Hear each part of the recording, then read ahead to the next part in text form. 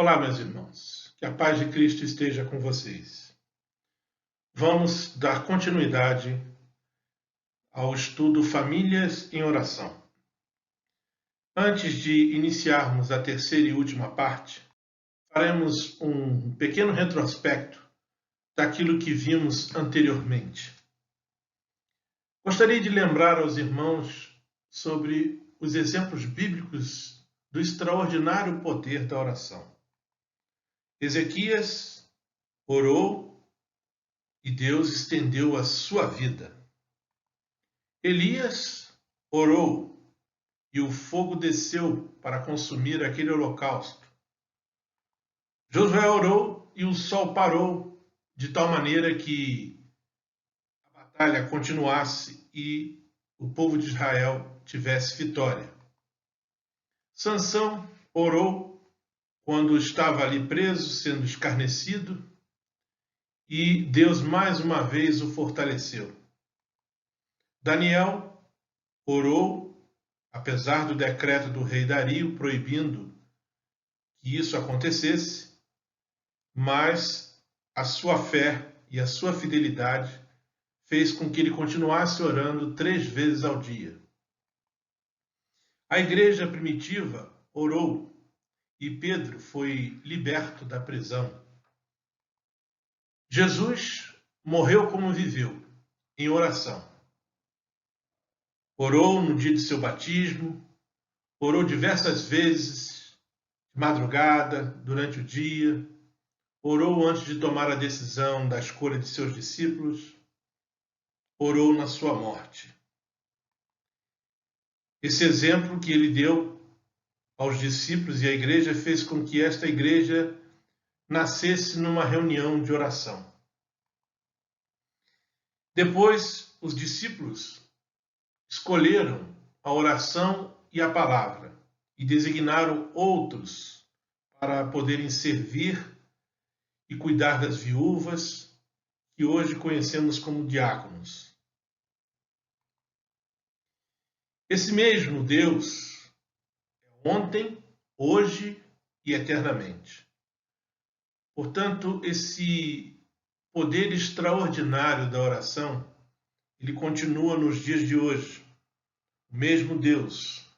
Basta apenas que façamos como Ezequias, Elias, Josué, Sansão, Daniel, a igreja e o próprio Jesus. Oraram a Deus. Na segunda parte desse estudo, vimos que a oração ensinada por Jesus foi pedida pelos seus discípulos. Certo dia, Jesus estava orando em determinado lugar. Tendo terminado, um de seus discípulos lhe disse: Senhor, ensina-nos a orar. Esta oração que Jesus ensinou, vimos também anteriormente, que há uma necessidade de que atitudes importantes sejam tomadas durante a oração ensinada por Jesus. A contemplação, a submissão e a dependência. Na prática da contemplação, vimos que demanda uma decisão sobre os olhos de quem desejamos estar quando oramos. Por isso falamos que a oração hoje conhecida como Pai Nosso tem sido utilizada muitas vezes em muitos lugares por muitas pessoas que talvez não tenham tomado esta decisão. Afinal, sobre os olhos de quem desejamos estar. A prática da contemplação demanda ainda consciência. Na presença de quem nos encontramos? Será que muitos dos que oram, dos que repetem a oração chamada do Pai Nosso, têm tido essa consciência na presença de quem eles estão? Esta é a diferença entre a religiosidade e a espiritualidade. Os fariseus da época eram praticantes de religiosidade. E Jesus nos estimula e nos exorta para que sejamos praticantes da espiritualidade. Nesta prática da contemplação, Vimos anteriormente 3 trechos da oração. Pai nosso, que está nos céus, santificado seja o teu nome. Afinal de contas, somos filhos de Deus? Só os filhos podem chamar de Pai. Podemos chamar a Deus de nosso Pai. Temos a consciência de que Ele está nos céus. Sabemos o quão santificado é o nome dEle. Santo, santo é o Senhor. Vimos também que a prática da submissão demanda desejo. Aqui reina o desejo pertencer. Esta prática da submissão também demanda escolha. A quem escolho me submeter? Venha o teu reino, seja feita a tua vontade. Quando pedimos venha o teu reino, nos colocamos na condição de servos, de submissão. É porque há um rei. Esse rei, Jesus Cristo, esteve entre nós, estabeleceu o seu reino aqui na terra. E esse processo do estabelecimento do reino de Deus vai se concretizar quando ele voltar para buscar os seus. E a submissão faz com que escolhamos que sempre, em qualquer circunstância, seja feita a vontade de Deus. A terceira prática que vimos anteriormente foi a prática da dependência. Essa prática da dependência, ela demanda necessidade, satisfação, gratidão, humildade e fé. Aquele que depende tem necessidade. Quando a sua necessidade é suprida, é necessário que estejamos satisfeitos. É necessário que estejamos agradecidos. Tudo isso com um sentimento de humildade e de fé. O pão nosso, que tanto e primeiramente se refere ao pão Jesus Cristo, a palavra, depois ao pão físico que Ele nos dá. Ele sabe aquilo que precisamos e é por isso que Ele nos dá hoje. Ao orarmos como Jesus nos ensinou, é agora preciso que entendamos a necessidade de mais algumas atitudes importantes. Vamos abordar, então, nesta última parte desse estudo, as 3 últimas atitudes necessárias ao orarmos como Jesus nos ensinou. A quarta delas é o perdão. William Franklin Billy Graham Jr., conhecido como Billy Graham, pastor Billy Graham, pastor batista e maior evangelista norte-americano. Foi conselheiro espiritual de vários presidentes dos Estados Unidos. Ícone da denominação batista. Nos disse uma frase muito importante. Nestes dias de complexo de culpa, talvez a mais gloriosa palavra de nossa língua seja perdão. A prática do perdão, ela vai demandar a confissão, a reciprocidade e a obediência. Para que possamos ser perdoados, assim como perdoamos aos nossos devedores. Vamos então abordar os 3 trechos dessa primeira parte da oração. Perdoa, assim como perdoamos. A prática do perdão demanda confissão. Para que os nossos pecados sejam perdoados, é preciso, primeiro, que o confessemos.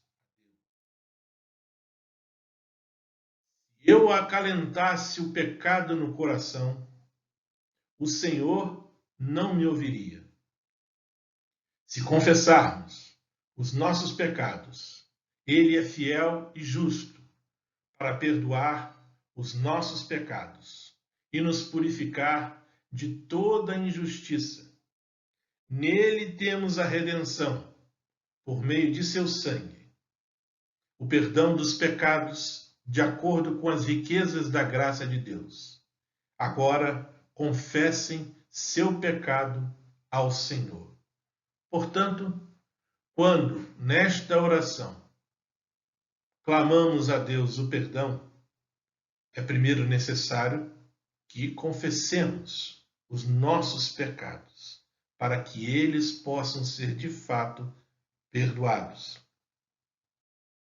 A prática do perdão demanda ainda reciprocidade, assim como, para que eu seja perdoado, é preciso que eu também perdoe. Diz a palavra de Deus: perdoem como o Senhor lhes perdoou. Perdoem e serão perdoados. Pois se perdoarem as ofensas uns dos outros, o Pai Celestial também perdoará vocês. Mas, se não perdoarem uns aos outros, o Pai Celestial não perdoará as ofensas de vocês. Portanto, esta atitude de reciprocidade da prática do perdão é mais do que necessário para que possamos fazer a oração que Jesus nos ensinou. É preciso que liberemos o perdão ao nosso próximo. Sem que isso aconteça, não seremos perdoados. É muito claro. Perdoem e serão perdoados. O inverso diria: não perdoem e não serão perdoados. Portanto, a prática do perdão demanda reciprocidade, ou seja, perdoem assim como nós perdoamos. E é por isso que, ao perdoarmos, estamos obedecendo a Deus. A prática do perdão demanda obediência. Se não perdoarmos, estamos em ato de rebeldia. Suportem-se uns aos outros, diz a palavra de Deus, e perdoem as queixas que tiverem uns contra os outros. Paulo, à igreja de Colossenses, deu esta determinação. Os discípulos perguntaram: Senhor, quantas vezes deverei perdoar a meu irmão quando ele pecar contra mim? Até 7 vezes? Jesus respondeu: eu digo a você, não até 7, mas até 70 vezes 7. Ou seja, perdoem sempre. Porque vocês me chamam Senhor, Senhor, e não fazem o que lhe digo, disse Jesus. Quando desobedecemos, quando não perdoamos, como vamos chamar a Deus de Senhor? Senhor. Que servo é esse que não obedece ao Senhor? Por isso, é preciso que, além de chamá-lo Senhor, Senhor, obedeçamos a ordem de perdoar, pois nisto consiste o amor de Deus, o amor a Deus, em obedecer aos seus mandamentos, ou seja, obedecer à ordem que nos foi dada. Perdoem. A quinta atitude importante que precisamos entender e que é necessária ao orarmos como Jesus nos ensinou é a espiritualidade. Lembram lá do início? Religiosidade é o contrário da espiritualidade. A prática da espiritualidade demanda súplica, atenção, cuidado e busca. Vamos ver? E não nos deixes cair em tentação, mas livra-nos do mal. Vamos agora analisar 3 trechos desta oração. Não deixe cair, livra. Prática da espiritualidade. Estivemos, há alguns domingos passados, falando sobre a doença espiritual. O contrário da doença espiritual é a prática saudável da espiritualidade. E a prática da espiritualidade demanda súplica. É necessário que estejamos sempre em oração, em súplica, pedindo a Deus, não deixe. Nós sabemos que somos imperfeitos. Nós sabemos que somente quando Jesus voltar, deixaremos a imperfeição e teremos os nossos corpos glorificados junto com Jesus Cristo. Até lá, para que possamos colocar em prática a espiritualidade, é necessário que supliquemos. Não deixe. Responde-me quando clamo. Ó Deus que me fazes justiça. Dá-me alívio da minha angústia. Tem misericórdia de mim. E ouve a minha oração. Súplica. E Deus é fiel. Ele não permitirá que vocês sejam tentados além do que podem suportar. Não nos deixe cair em tentação. Mas quando forem tentados, Ele mesmo, Deus, providenciará um escape para que o possam suportar. Vigiem e orem. Aí está a razão da súplica. Não nos deixe cair em tentação. Deus está conosco. Não adianta dizermos que a tentação foi maior. Esta afirmação não está de acordo com o que a palavra de Deus diz. Àqueles seus servos, Deus é fiel. Ele não vai permitir que sejamos tentados além daquilo que possamos suportar. Quando cedemos à tentação, exercemos o nosso direito do livre-arbítrio. Porque, com certeza, Deus está nos dando uma outra opção, um escape. Mas, muitas vezes, optamos por continuar cedendo à tentação ao invés de escaparmos dela. Por isso, a prática da espiritualidade demanda súplica, súplica constante. A prática da espiritualidade vai demandar ainda atenção. É preciso que estejamos atentos para não cair. Não deixe, mas a nossa parte a ser feita é termos atenção. Estarmos alertas, vigiarmos. Estejam alertas e vigiem, diz a palavra de Deus. O diabo, o inimigo de vocês, anda ao redor como leão, rugindo e procurando a quem possa devorar. Vigiem e orem, para que não caiam em tentação. O espírito está pronto, mas a carne é fraca. Resistam ao diabo e ele fugirá de vocês, disse Jesus.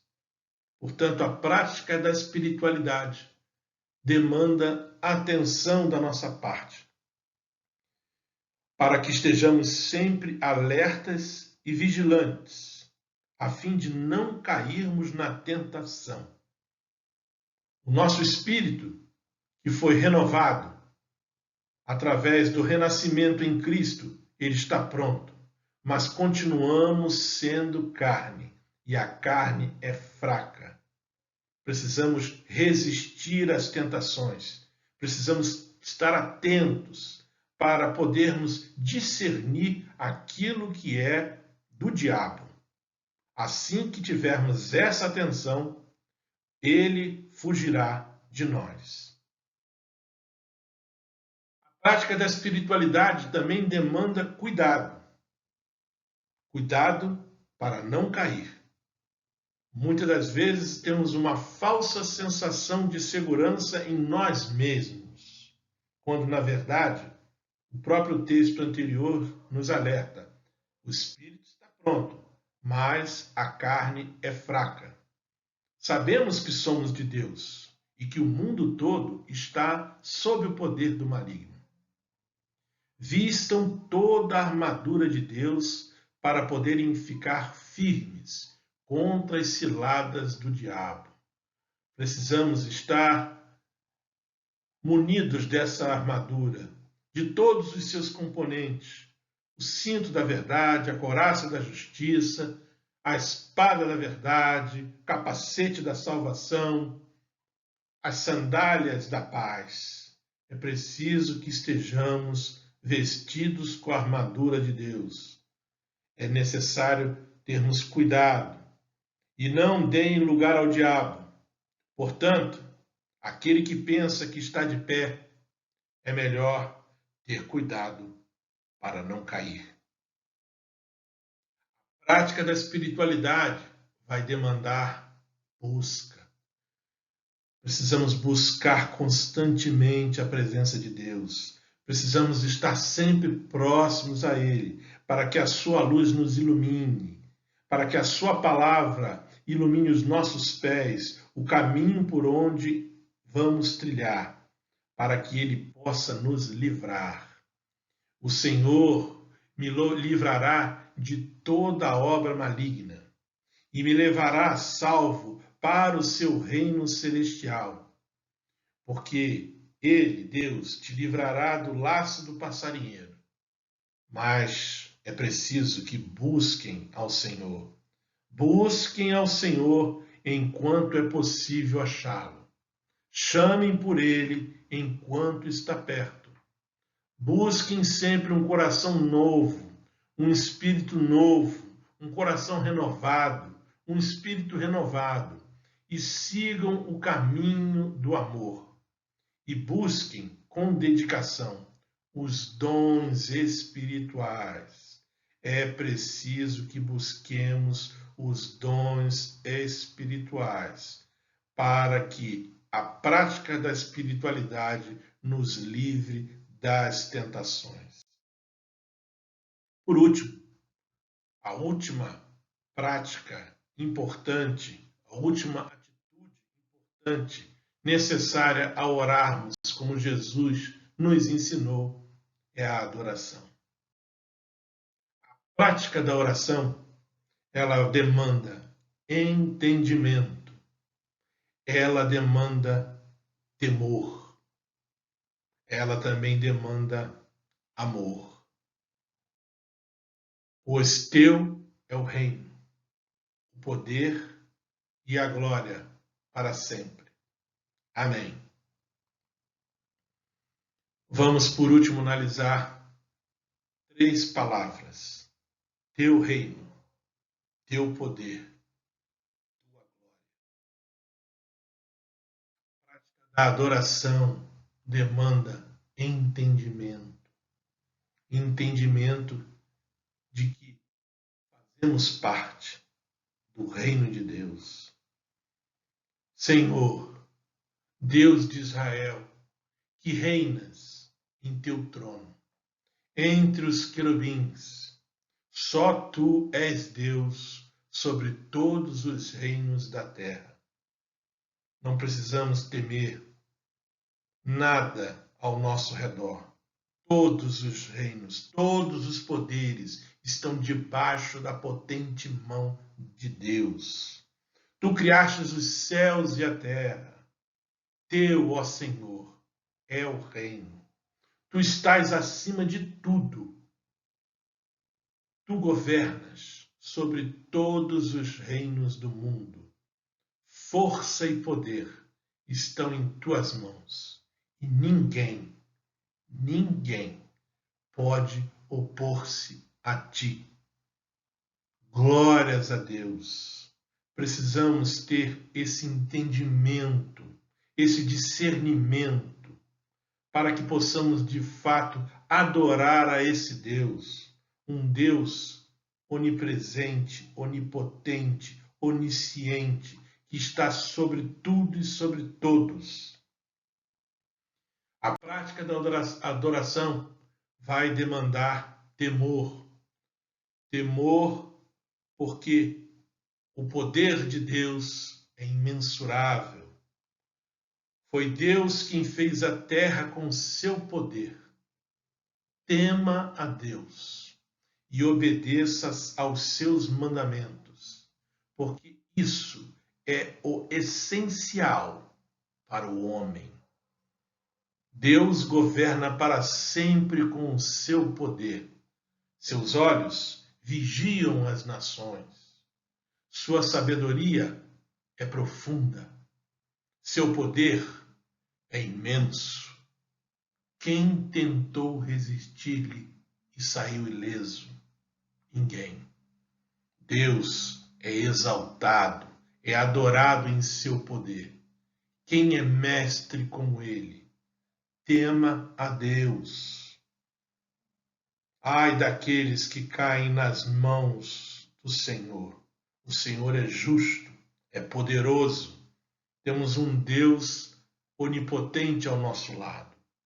É preciso, entretanto, que tenhamos temor a Deus, para que a nossa adoração seja eficaz e verdadeira. Estamos diante de Deus. O temor do Senhor é o princípio da sabedoria. Se quisermos ser sábios, precisamos, primeiramente, temer a Deus. Todos os que cumprem os seus preceitos revelam bom senso. Temer a Deus é demonstrar bom senso, porque o Senhor confia os seus segredos aos que o temem e os leva a conhecer a sua aliança. Temam a Deus e glorifiquem-no. Adorem aquele que fez os céus, a terra, o mar e as fontes das águas.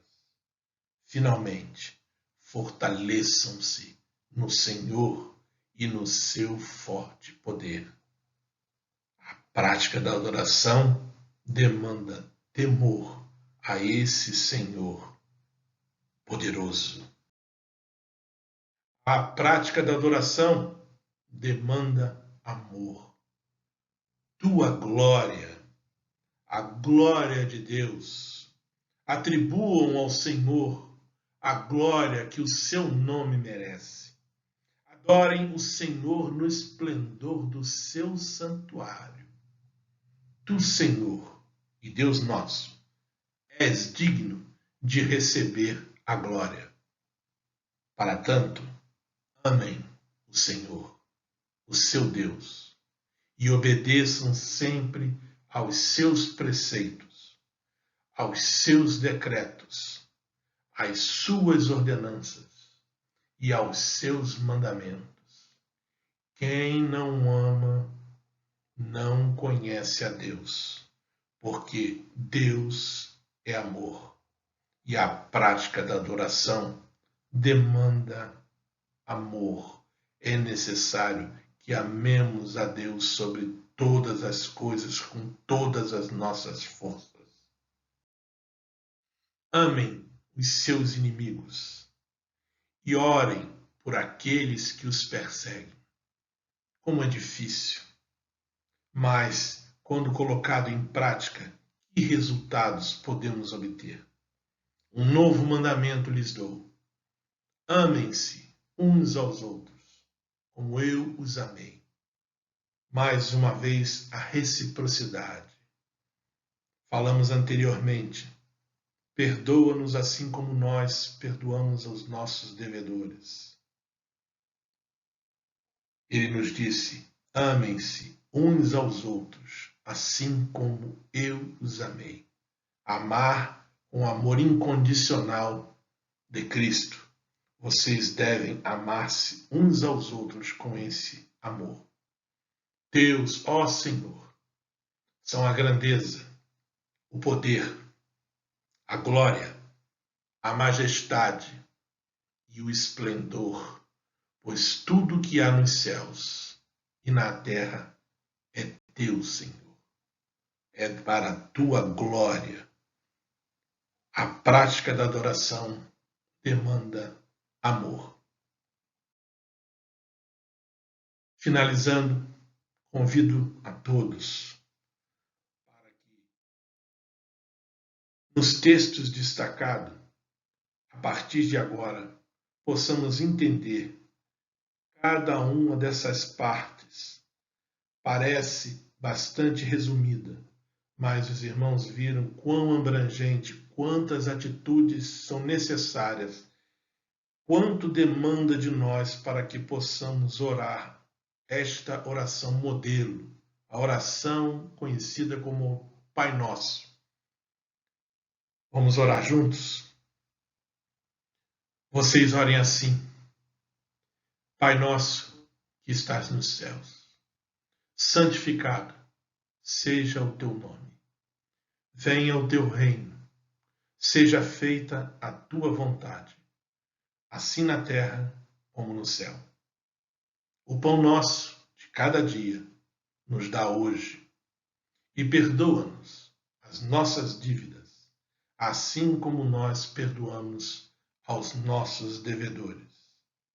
E não nos deixe cair em tentação, mas livra-nos do mal.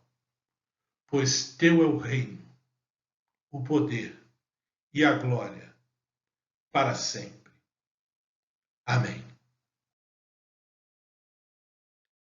Nesta semana, se vierem as tempestades, as lutas, as perseguições, as tentações, os sofrimentos e os problemas, nos apresentaremos diante de Deus em oração e Ele nos dará a vitória.